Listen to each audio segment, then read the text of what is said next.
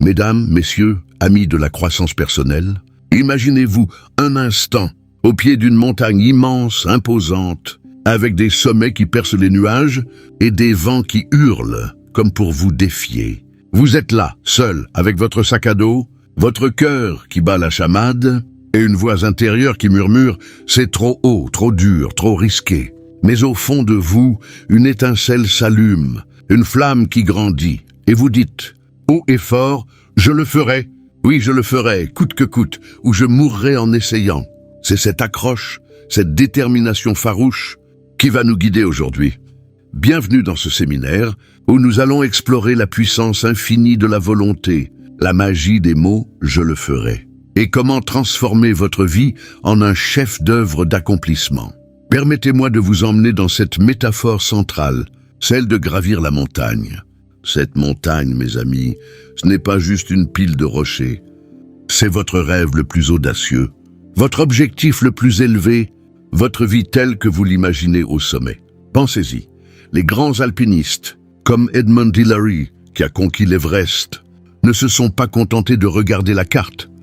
Ils ont chaussé leurs crampons, affronté les tempêtes, les avalanches, les crevasses béantes. Ils ont dit « je le ferai » et ils l'ont fait, pas parce que c'était facile, mais parce que leur volonté était plus forte que la roche elle-même. Vous aussi, vous pouvez gravir votre montagne. Mais rappelez-vous, ce n'est pas la montagne qui vous vainc, c'est vous qui vous vainquez si vous n'avancez pas à pas, avec une détermination absolue. Parlons maintenant de cette force intérieure, cette volonté qui dort en chacun de nous, attendant d'être réveillée par ces mots puissants « je le ferai ». Oh, comme ces mots sont magiques, ils ne sont pas de simples syllabes. Ils sont un serment, un engagement, une déclaration de guerre contre la médiocrité. Benjamin Disraeli, ce grand homme d'État britannique, l'a dit si bien, le succès est l'enfant de l'audace. Audace, mes amis, audace. Dites-le avec moi, je le ferai. Plus fort, je le ferai. Sentez cette énergie qui monte, cette puissance qui coule dans vos veines. Mais attention, cette volonté n'est pas une fleur fragile. Elle est forgée dans le feu de la détermination absolue. Je le ferai ou je mourrai. Comme l'a prophétisé Napoléon Bonaparte avant ses grandes batailles. Pas une mort physique, non, mais la mort de l'hésitation, la mort des excuses, la mort du peut-être demain. Et ici, j'insiste, l'action est le déclencheur. Le starter, le bouton qui allume tout, vous pensez que les émotions viennent d'abord. Erreur. C'est l'action qui engendre les émotions, qui produit les résultats. Prenez un athlète qui se lève à l'aube pour s'entraîner. Il ne se sent pas motivé au début. Oh non, il est fatigué, il a froid, il doute.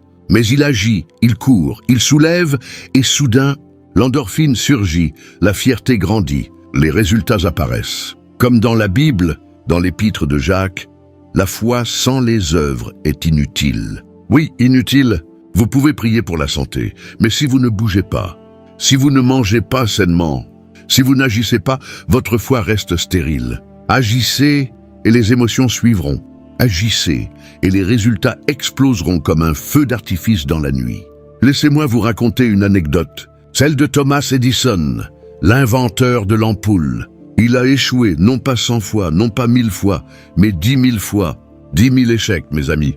Mais à chaque fois, il se relevait et disait « je le ferai ». Pas « j'essaierai », non, je le ferai. Et un jour, la lumière jaillit. Imaginez si Edison avait arrêté après le 9e millier d'essais. Nous serions encore dans le noir. Vous aussi, vous avez vos 10 000 échecs potentiels. Mais avec la volonté, chaque échec n'est qu'un pas vers la lumière. Mais, mettons en garde contre un piège sournois, les affirmations sans discipline. C'est la différence entre la vraie foi et l'illusion, entre le rêveur et le faiseur. Vous pouvez répéter des mantras toute la journée. Je suis riche, je suis fort, je suis heureux. Mais sans action, sans discipline, c'est du vent, de la fumée, une illusion qui s'évapore au premier obstacle. Comme le dit encore Jacques dans la Bible, mettez la parole en pratique. Ne vous contentez pas de l'écouter en vous abusant vous-même. Ne vous abusez pas. La foi sans œuvre est morte et les affirmations sans sueur sont vides. J'ai vu tant de gens, dans mes années de conférences, qui lisent des livres de motivation, assistant à des séminaires, et rentrent chez eux gonflés d'enthousiasme, pour retomber dans leurs habitudes le lendemain. Pourquoi? Parce qu'ils manquent de discipline, cette clé, cette serrure magique qui ouvre les portes des résultats extraordinaires. La discipline, mes amis, la discipline, c'est elle qui transforme l'ordinaire en extraordinaire. Pensez à Michael Jordan, le roi du basket. Il n'était pas le plus talentueux au départ. Oh non, il a été rejeté de son équipe au lycée, mais il s'est discipliné. Des heures d'entraînement, des tirs répétés, une routine implacable. Et il est devenu une légende. La discipline n'est pas une punition, c'est une libération.